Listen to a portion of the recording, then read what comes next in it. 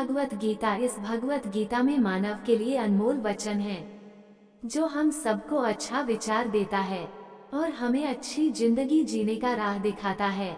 नमस्कार मित्रों, आप सभी का एक बार फिर से माता का ज्ञान चैनल पर आप सभी का स्वागत है।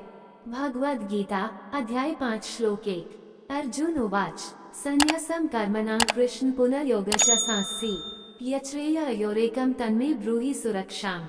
अर्जुन उवाच, अर्जुन ने कहा, संतम वैराग्य कर्मणाम कर्मों का, कृष्ण श्री कृष्ण पुनः फिर योगम कर्मयोग च भी सांसी प्रशंसा करते हो, यत जो श्रेय अधिक मूल्यवान आयो, इन दोनों में से एक में तत्व मेरे लिए ब्रूहि कृपया छंद निश्चितम निश्चित रूप से।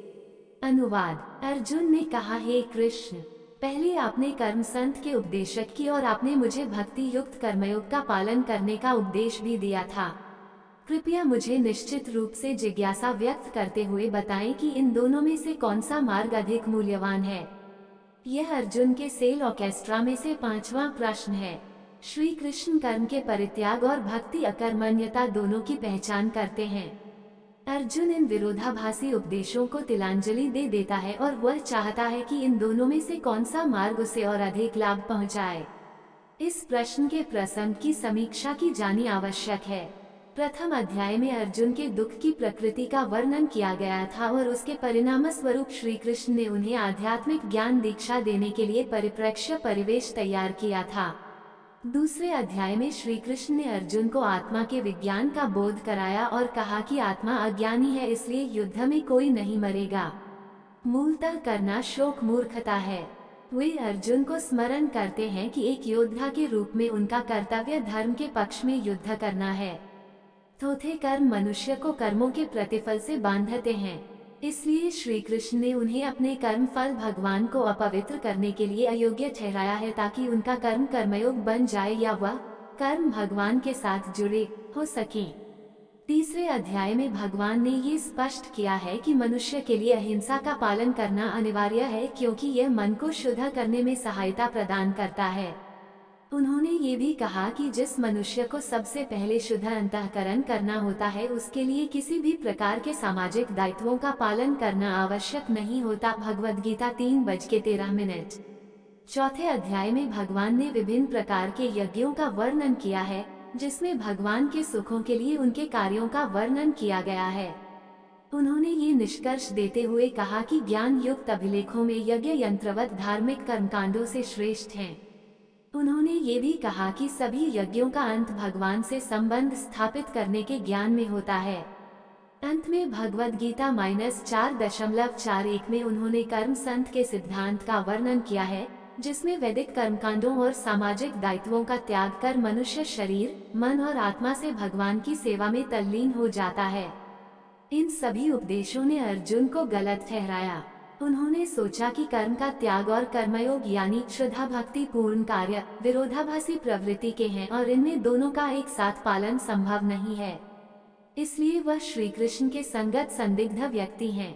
भगवद गीता अध्याय 5 श्लोक 2। भगवान श्री उवाच संतः कर्मयोग शच निःश्रेयसिक्रावुभौ तयोस्तु कर्म संन्यासत् कर्मयोगो विशिष्यते। श्री भगवान उवाच, परम भगवान ने कहा, संतः कर्म का त्याग कर्मयोग भक्ति युक्त कर्म च और निःश्रेयस्करो परम लक्ष्य की ओर ले जाने वाले उभो दोनों तयो दोनों में से तू लेकिन कर्म संन्यासत् सकौम कर्मों का त्याग कर्मयोग भक्ति युक्त कर्म विशिष्टे श्रेष्ठ। अनुवाद। परम भगवान ने कहा, कर्म संत और कर्मयोग दोनों ही परम लक्ष्य की ओर ले जाते हैं, लेकिन कर्मयोग कर्म संत से श्रेष्ठ है। इस श्लोक में श्री कृष्ण ने कर्म संत और कर्मयोग की तुलना की है। यह अति गहन श्लोक है, इसलिए एक समय में यह एक ही शब्द को अनदेखा करना चाहिए। कर्मयोगी वह है जो अपने आध्यात्मिक और सामाजिक दोनों कृतज्ञों का पालन करता है। सामाजिक दायित्वों का जीव शरीर द्वारा नष्ट हो जाता है, जबकि मन भगवान में अनुरक्त रहता है। जगुरु श्री कृपालु जी महाराज ने कहा, हसोचु मन ये कर्म मम सब लख हरि गुरु प्रिय। साधन भक्ति तत्व प्रिया, तुम्हारे सभी कर्मों को भगवान और गुरु देखते हैं। यही कर्मयोग की साधना है, जिसके द्वारा हम धीरे धीरे स्वयं को शारीरिक वैयक्तिक से ऊपर उठकर आत्मिक वैराग्य में स्थित हो जाते हैं। कर्म संत उन पुण्य ड्रिक्स के लिए जो पहले से उन्नत स्तर के दैहिक स्तर से आगे बढ़ चुके हैं। पूर्णतया भगवान में अनुरक्त होने के कारण कर्म संत अपने सामाजिक दायित्वों का परित्याग कर देते हैं और पूर्ण रूप से आध्यात्मिकता का पालन करने में तल्लीन रहते हैं। जब श्री राम वनवास गए समय लक्ष्मण ने अपने क्षेत्र कर्तव्यों का पालन करने के लिए कहा था, तब उस समय लक्ष्मण ने कर्म संत की अतिसुंदर मनोभावना को इस प्रकार से व्यक्त किया था। मोरे सबई एक तुम स्वामी, दीनबंधु और अंतर्यामी। चरित्र राममानस। लक्ष्मण ने राम से कहा, तुम मेरे स्वामी, पिता, माता, बंधन, भाई, मित्र सब कुछ हो, मैं कुछ न कहो। वे जो कर्म संत का अभ्यास करते हैं और स्वयं को शरीर नहीं मानते, उन्हें अपनी दैहिक भक्ति का सृजन करना आवश्यक नहीं है। ऐसे कर्म संत अपने पूरे समय और अपनी ऊर्जा को आध्यात्मिक कार्यकलापों में समर्पित करते हैं, जबकि कर्मयोगी को अपने समय की अवधि और आध्यात्मिकता का पालन करने में विभाजित किया जाता है। इसलिए कर्म संत की तीव्र गति से भगवान के सम्मुख तब होते हैं जब कर्मयोगी सामाजिक दायित्वों से भारग्रस्त रहते हैं। फिर भी इस श्लोक में श्री कृष्ण ने कर्म संत की तीव्र गति से भगवान के सम्मुख हैं और वे अर्जुन को इसी श्रेष्ठ मार्ग का अनुसरण करने की संतुष्टि देते हैं। कर्म संत यदि अपने कर्मों का त्याग करने के बाद भी अपना मन भगवान में पूरी तरह से तल्लीन नहीं कर पाते, तब वे कहीं के नहीं रहते।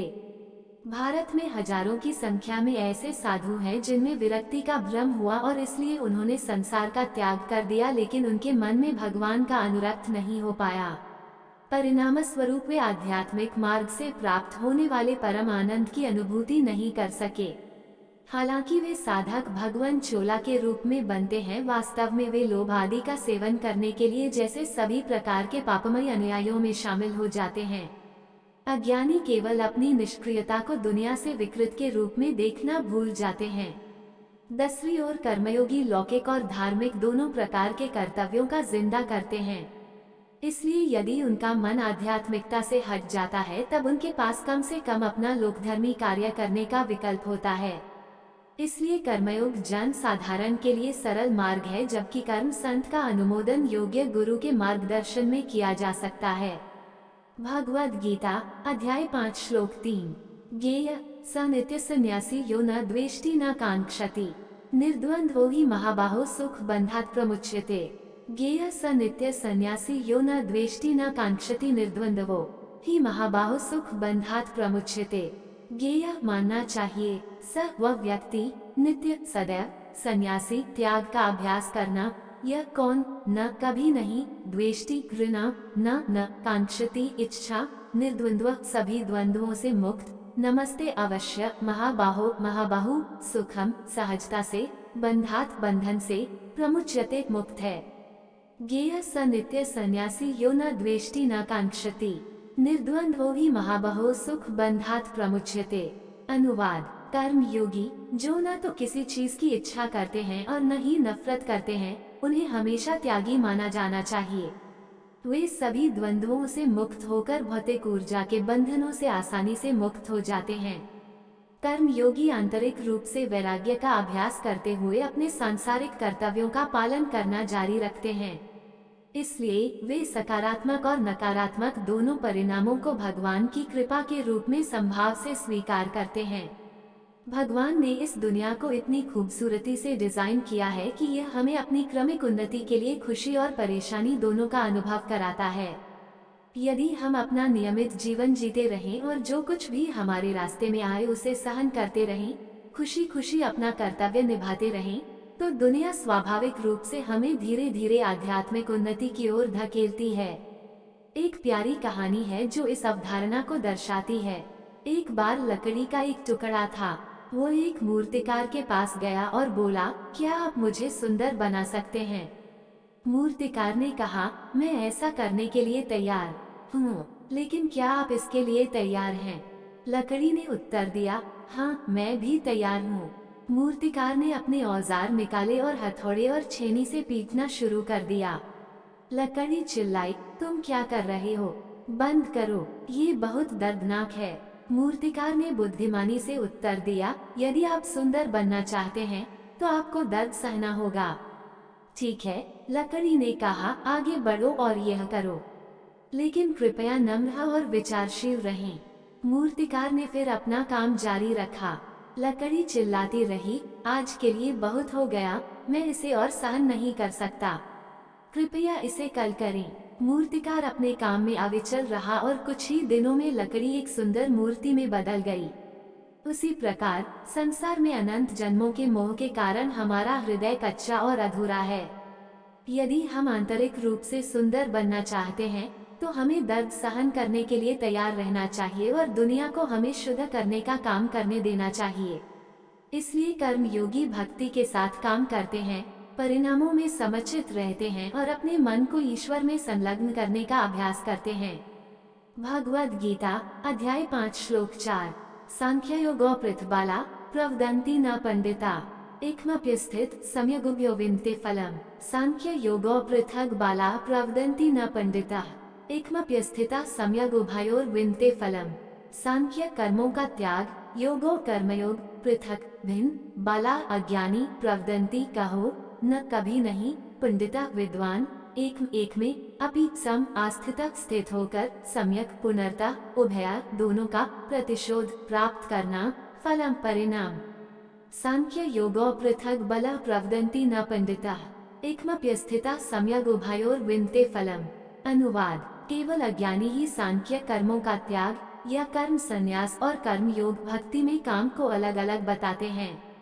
जो लोग वास्तव में विद्वान हैं, वे कहते हैं कि इनमें से किसी एक मार्ग पर स्वयं को लागू करके हम दोनों के परिणाम प्राप्त कर सकते हैं। यहाँ श्री कृष्ण सांख्य शब्द का उपयोग कर्म संन्यास या ज्ञान की खेती के साथ कार्यों के त्याग के लिए करते हैं। यहाँ ये समझना महत्वपूर्ण है कि त्याग दो प्रकार का होता है, फल्गु वैराग्य और युक्त वैराग्य। फल्गु वैराग्य वह है जहाँ लोग दुनिया को बोझिल मानते हैं और जिम्मेदारियों और कठिनाइयों से छुटकारा पाने की इच्छा से इसे त्याग देते हैं। ऐसा फल्गु वैराग्य पलायनवादी मनोवृत्ति है और अस्थिर है। ऐसे व्यक्तियों का त्याग कठिनाइयों से भागने की इच्छा से प्रेरित होता है। जब ऐसे व्यक्तियों को आध्यात्मिक पथ पर कठिनाइयों का सामना करना पड़ता है तो वे वहां से भी अलग हो जाते हैं और सांसारिक जीवन में वापस भागने की इच्छा रखते हैं। युक्त वैराग्य वह है जहां लोग पूरी दुनिया को भगवान की ऊर्जा के रूप में देखते हैं। वे यह नहीं देखते कि उनके पास जो कुछ है वो उनका है और वे इसका आनंद अपने लिए नहीं लेना चाहते। इसके बजाय वे ईश्वर ने उन्हें जो कुछ भी दिया है उससे उसकी सेवा करने की इच्छा से प्रेरित होते हैं। युक्त वैराग्य स्थिर है और कठिनाइयों से अविचल है। कर्म योगी अपने दैनिक कर्तव्यों को बाह्य रूप से करते हुए युक्त वैराग्य या स्थिर त्याग की भावना विकसित करते हैं। वे स्वयं को सेवक के रूप में और भगवान को भोक्ता के रूप में देखते हैं और इसलिए वे उनकी खुशी के लिए सब कुछ करने की चेतना में स्थिर हो जाते हैं। इस प्रकार उनकी आंतरिक स्थिति कर्म सन्यासियों के समान हो जाती है, जो पूरी तरह से दिव्य चेतना में लीन होते हैं। बाह्य रूप से वे सांसारिक लोग प्रतीत हो सकते हैं, लेकिन आंतरिक रूप से वे सन्यासियों से कम नहीं हैं। पुराण और इतिहास भारतीय इतिहास के महान राजाओं के उदाहरण देते हैं, जो बाहरी तौर पर अपने राजसी कर्तव्यों का परिश्रम पूर्वक निर्वहन करते थे और शाही वैभव में रहते थे, लेकिन मानसिक रूप से पूरी तरह से ईश्वर चेतना में लीन थे। प्रहलाद, ध्रुव, अम्बरीश, पृथु, विभीषण, युधिष्ठिर आदि सभी ऐसे अनुकरणीय कर्म योगी थे। श्रीमद् भागवतम में कहा गया है, गृहीत्वपिन्द्रियैरर्थ यो न द्वेष्टि न हृष्यति विष्णुर्मयमिदं पश्यं स वै भगवतोत्तमः 11.2.48। जो इंद्रियों के विषयों को स्वीकार करता है, न तो उनके लिए तरसता है और न ही उनसे भागता है, दिव्य चेतना में कि सब कुछ भगवान की ऊर्जा है और उनकी सेवा में उपयोग किया जाना है, ऐसा व्यक्ति सर्वोच्च भक्त है। इस प्रकार सच्चे ज्ञानी लोग कर्म योग और कर्म संन्यास के बीच कोई अंतर नहीं देखते हैं। इनमें से किसी एक का पालन करने से दोनों का फल प्राप्त होता है। भगवद गीता अध्याय 5 श्लोक 5। यत्सांख्याय प्राप्यते स्थान तद्यायर्पि गम्यते एकम सांख्यम च योग च यः पश्यति स पश्यति। यत्सांख्याय प्राप्यते स्थान तद् योगैरपि गम्यते एकम सांख्यम च योग च यः पश्यति स पश्यति। यत् क्या सांख्याय कर्म संन्यास के माध्यम से प्राप्यते प्राप्त होता है, स्थानम स्थान, तत् वह योग्य भक्ति पूर्वक कार्य करके, अपि भी गम्यते प्राप्त होता है। एक सांख्यम कर्मों का त्याग च तथा योगम कर्मयोग च तथा यह कौन पश्यति देखता है, स वो व्यक्ति पश्यति वास्तव में देखता है। यत् सांख्याय प्राप्यते स्थान तद योगैरपि गम्यते। एक सांख्यम च योगम च यह पश्यति स पश्यति। अनुवाद, कर्म संन्यास के माध्यम से जो सर्वोच्च स्थिति प्राप्त होती है वह भक्ति में काम करने से भी प्राप्त होती है। इसलिए जो लोग कर्म संन्यास और कर्म योग को एक समान देखते हैं, वे वास्तव में चीजों को वैसे ही देखते हैं जैसे वे हैं। आध्यात्मिक अभ्यास में मन का इरादा मायने रखता है, बाहरी गतिविधियां नहीं। हो सकता है कि कोई व्यक्ति वृंदावन की पवित्र भूमि में रह रहा हो, लेकिन यदि मन कोलकाता में रसगुल्ला खाने का विचार करता है तो उसे कोलकाता में रहने वाला माना जाएगा। इसके विपरीत, यदि कोई व्यक्ति कोलकाता की भीड़ भाड़ के बीच रहता है और मन को वृंदावन की दिव्य भूमि में लीन रखता है तो उसे वहीं रहने का लाभ मिलेगा। सभी वैदिक ग्रंथों में कहा गया है कि हमारी चेतना का स्तर हमारे मन की स्थिति से निर्धारित होता है। मन एव मनुष्याणां कारणं बंध मोक्षयोः। पंचदशी, मन बंधन का कारण है और मन ही मुक्ति का कारण है। जगत गुरु श्री कृपालु जी महाराज भी यही सिद्धांत बताते हैं। बंधन और मोक्ष का कारण मन ही बखान येते। कौनु भक्ति करु करु मन ते हरि ध्यान। भक्ति शतक श्लोक 19। बंधन और मुक्ति मन की स्थिति पर निर्भर करते हैं। आप चाहे किसी भी प्रकार की भक्ति करना चाहें, मन को भगवान के ध्यान में लगाए रखें। जिनके पास यह आध्यात्मिक दृष्टि नहीं है, वे कर्म सन्यासी और कर्म योगी के बीच बाहरी अंतर देखते हैं और बाहरी त्याग के कारण कर्म सन्यासी को श्रेष्ठ घोषित करते हैं। लेकिन जो लोग विद्वान हैं, वे देखते हैं कि कर्म सन्यासी और कर्म योगी दोनों ने अपने मन को भगवान में लीन कर लिया है और इसलिए वे दोनों अपनी आंतरिक चेतना में समान हैं। दोस्तों, ऐसे ही और कहानी सुनना या देखना चाहते हैं तो डिस्क्रिप्शन में लिंक मिल जाएगा, आप वहां जाकर देख सकते हैं। और आपसे निवेदन है कि यह वीडियो आपको अच्छा लगा हो तो लाइक शेयर सब्सक्राइब जरूर करें। धन्यवाद।